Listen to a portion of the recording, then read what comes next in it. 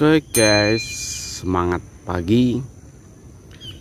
Kesempatan pagi ini saya ajak rekan-rekan untuk melihat kondisi tanaman, efek dari kemarau itu seperti apa. Jadi 3-4 bulan yang lalu lokasi ini terkena kemarau yang cukup lumayan ya. Jadi selama 2 bulan berturut-turut tidak terjadi hujan sehingga tanaman mengalami stagnan atau pertumbuhannya terhambat. Tapi alhamdulillah pada 2 minggu terakhir ini hujan sudah mulai turun di lokasi ini.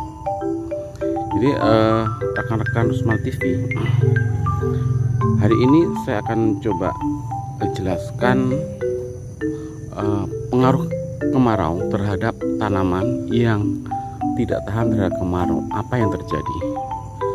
Jadi ada beberapa lokasi yang sini nih efek kemarau tidak begitu nyata di beberapa tanaman di sini, tetapi ada 1 atau 2 tanaman itu yang mengalami efek kemarau tersebut. Mari kita lihat. Ini adalah salah satu tanaman yang terpengaruh oleh adanya efek kemarau atau kekurangan air pada waktu 3-4 hari kemarin. Kita lihat di sini, itu daun nampak seperti keriting-keriting ya, keriting-keriting. Mengapa dia keriting-keriting? Karena memang pertumbuhannya di sini, pertumbuhan batang di sini terhambat. Jadi seolah-olah jarak antar mata itu merapat karena tidak mampunya tanaman melakukan fotosintesa sehingga lambat pertumbuhannya. Dan setelah dia mengalami hujan, itu akan muncul nantinya tunas baru di sini. Itu yang akan meneruskan pertumbuhan ini. Jadi pucuk di tanaman ini itu terhenti juga nih. Ini kan efek dari kemarau pertama, kemudian ada hujan, kemudian habis itu ada kemarau lagi, dan itu berefek di sini. Nah, ini kan sudah 2 minggu hujan, maka nanti setelah ini akan muncul tunas baru yang akan meneruskan pertumbuhan normalnya. Kemudian kita lihat yang ini. Ini adalah tanaman singkong yang efek kemaraunya di awal saja dia kena nih, 1 bulan yang lalu. Ini berefek sedikit. Kemudian setelah itu dia akan diteruskan oleh tunas baru. Nah, inilah yang terjadi di tanaman singkong, khususnya untuk BW5. Dan efek ini itu akan berpengaruh terhadap kualitas bibit nantinya ya. Jadi ketika ini kita jadikan bibit, ini makanya akan tidak bagus karena efek dari kemarau tadi. Nah, dari sini kita kelihatan nyata bahwa efek kemarau itu berpengaruh banget terhadap pertumbuhan tanaman singkong. Ini di lokasi ini tidak semua berefek, cuma ada beberapa tanaman yang mengalami hal itu. Ini kita lihat ya. Ini di sini ada lagi 1 tanaman yang terdampak oleh adanya kemarau itu. Jadi kita tahu bahwa memang kemarau tahun ini tidak beraturan ya. Ini ya. Jadi kadang-kadang ada hujan, terus panas 2 minggu, 3 minggu, habis itu hujan lagi. Nah, efeknya kan seperti ini.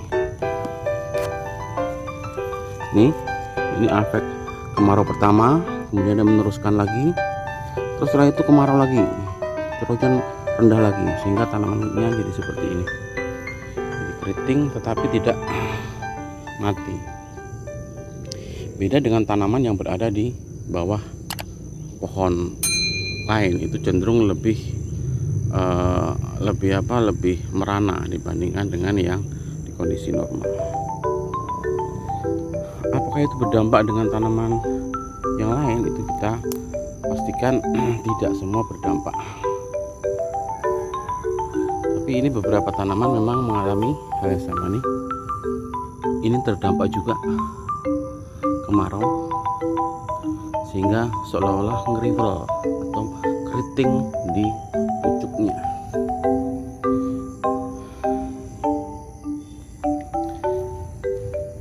Ini lokasi ini umurnya sudah 11 minggu ya, 11 minggu dari tanam, dan lokasi ini baru saja mengalami aktivitas pemupukan pertama. Jadi pupuknya terlambat, tapi itu hal yang biasa dalam bertani singkong, karena kita nggak mungkin saat panas kita lakukan pemupukan.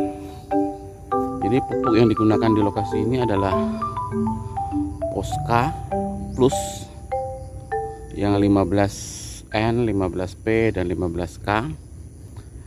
Kemudian ditambah ZA dengan kandungan N 24% dan sulfur 9%. Dosis total pupuk per hektar itu kita gunakan 300 kg per hektar.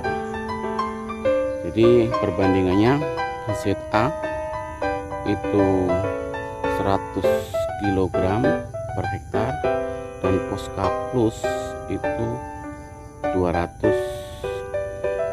kg per hektar. Jadi total penggunaannya 300 kg per hektar, dengan dosis tanaman itu antara 10 sampai 15 gram per tanaman. Ini kemarin baru sekitar 4 hari dari pemupukan. Ini kita bisa lihat kondisi pupuknya setelah terkena hujan seperti apa ya. Ini kita bisa lihat, ini adalah tempat pemupukan yang kemarin kita. Nah, ini kondisi pupuknya sudah mulai larut, terkena air hujan yang diserap oleh tanaman. Ini kondisinya.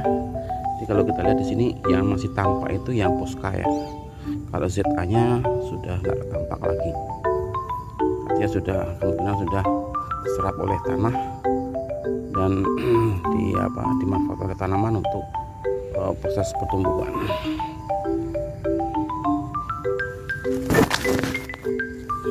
Oke guys, mungkin itu video kali ini. Semoga